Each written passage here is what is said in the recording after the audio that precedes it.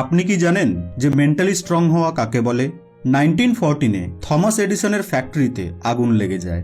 এত ভয়ানক আগুন লেগেছিল যে সবকিছু জ্বলে পুড়ে শেষ হয়ে গিয়েছিল। এডিসনের $23 মিলিয়ন ক্ষতি হয়ে গিয়েছিল। আরেকটি প্রোটোটাইপ, যার উপর কিনা তিনি বহু বছর ধরে কাজ করছিলেন, সেটিও আগুনে পুড়ে নষ্ট হয়ে যায়। এই সমস্ত সিচুয়েশনসকে জানার পর থমাস আলভা এডিসন যেভাবে রিয়্যাক্ট করেছিলেন সেটিকেই বলা হয় মেন্টাল টাফনেস। জানেন তিনি কি বলেছিলেন?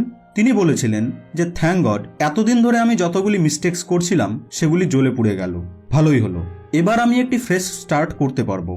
একজন মেন্টালি টাফ ব্যক্তির এটি খুবই পাওয়ারফুল একটি কোয়ালিটি যে সে তার জীবনের খারাপ থেকে খারাপ সিচুয়েশনেও নিজেকে সামলে নিতে পারে এবং সবসময় পজিটিভ অ্যাটিটিউড রাখতে পারে। কিন্তু ফ্যাক্ট হলো এই যে জন্ম থেকেই কেউ মেন্টালি স্ট্রং হয় না। যেভাবে হেলদি ডায়েট এবং এক্সারসাইজ আপনাকে ফিজিক্যালি স্ট্রং বানিয়ে দেয়, ঠিক একই রকমভাবে কিছু হ্যাবিটস রয়েছে যেগুলি একজন মেন্টালি উইক ব্যক্তিকেও মেন্টালি স্ট্রং বানিয়ে দেয়। আর আজ এই ভিডিওটিতে আমরা মেন্টালি স্ট্রং ব্যক্তিদেরই 5টি হ্যাবিটের ব্যাপারে কথা বলবো। So let's begin. Number 1, establishing boundaries.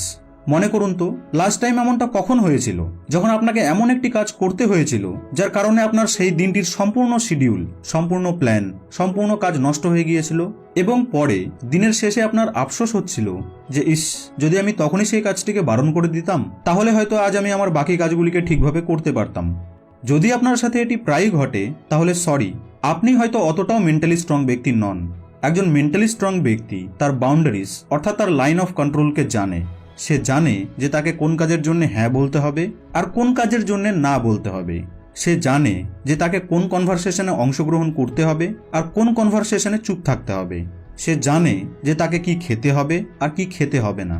একজন মেন্টালি স্ট্রং ব্যক্তি এই সকল বিষয়গুলিকে খুব ভালোভাবে জানে। অর্থাৎ একজন মেন্টালি স্ট্রং ব্যক্তি অনেক পরিমাণে সিলেক্টিভ হয়। Number 2, embarrassing change.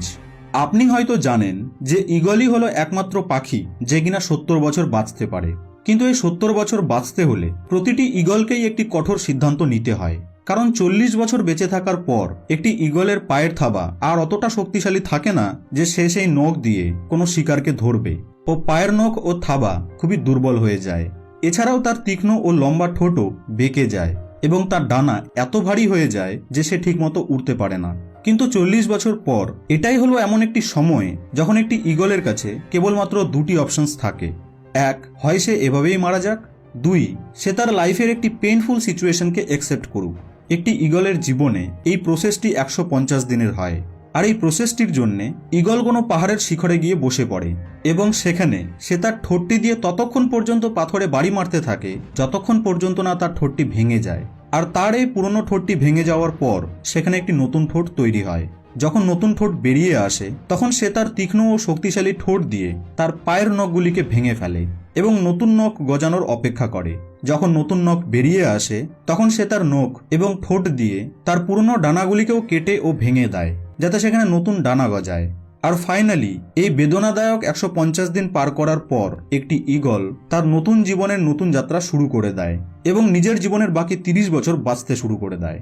অর্থাৎ সার্ভাইভালের জন্যে এবং জীবনকে এক্সপিরিয়েন্স করার জন্যে একটি বেদনাদায়ক স্টেপকেও পার করতে হয়।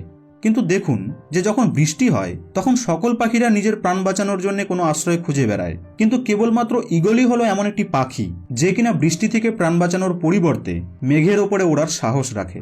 এই জন্যেই একজন মেন্টালি স্ট্রং ব্যক্তিও লাইফের প্রতিটি টাফ সিচুয়েশনকে এমব্রেস করে এবং সেটিকে অ্যাকসেপ্ট করে। সেই টাফ টাইমটিকে ফেস করে, নিজেকে শক্তিশালী তৈরি করে। Number 3, power of sacrifice. Human সাইকোলজিকে নিয়ে স্টাডি করা লোকেরা এটি খুব ভালোভাবেই জানে যে sacrifice builds resilience, resilience builds strength, strength build power and power build purpose. সহজভাবে যদি বলি তো আপনাকে কিছু পেতে হলে কিছু হারাতে হবে। লাইফে কিছুকে অ্যাচিভ করতে হলে লাইফ থেকে কোনো কিছুকে স্যাক্রিফাইস করতে হবে। একটি ভালো স্বাস্থ্যকে অ্যাচিভ করতে চাইলে লাইফ থেকে ফাস্ট ফুড এবং জাঙ্ক ফুডকে স্যাক্রিফাইস করতে হবে। আর জীবনের কত বড়ই পারপাস হোক না কেন, বিনা স্যাক্রিফাইসে আপনি সেটিকে পাবেনই না।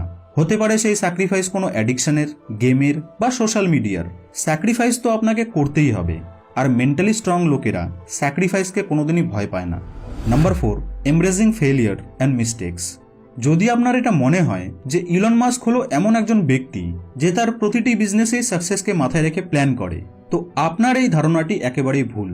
কারণ স্পেস এক্স এর প্ল্যানের রিগার্ডিং তিনি একটি ইন্টারভিউ দিয়েছিলেন আর সেই ইন্টারভিউতে তিনি বলেছিলেন যে I want to be able to make sure that we have enough capital to survive at least 3 consecutive failures.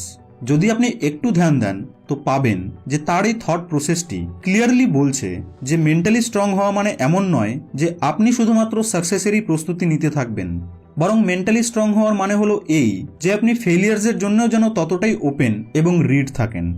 Number 5, self love. একটি কথা আছে যে যদি আপনি নিজেকেই ভালোবাসতে না শেখেন তাহলে আপনি কিভাবে অন্য কাউকে ভালোবাসবেন। সেলফ লাভ আপনার মধ্যে সেলফ ইস্টিম এবং সেলফ রেসপেক্টকে ইনক্রিজ করে। সেলফ লাভ আপনার কনফিডেন্সকে বুস্ট করে। সেলফ লাভ আপনাকে আত্মনির্ভরশীল গড়ে তোলে। আর এই কারণেই মেন্টালি স্ট্রং হওয়ার জন্য এটিও একটি ইম্পর্ট্যান্ট হ্যাবিট। তো এগুলি ছিল এমন 5টি হ্যাবিটস যা মেন্টালি স্ট্রং মানে মানসিকভাবে শক্তিশালী ব্যক্তিদের মধ্যে পাওয়া যায়।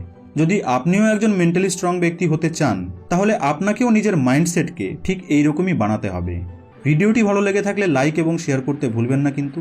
আপনাদের সঙ্গে আবার দেখা হবে নেক্সট ভিডিওতে।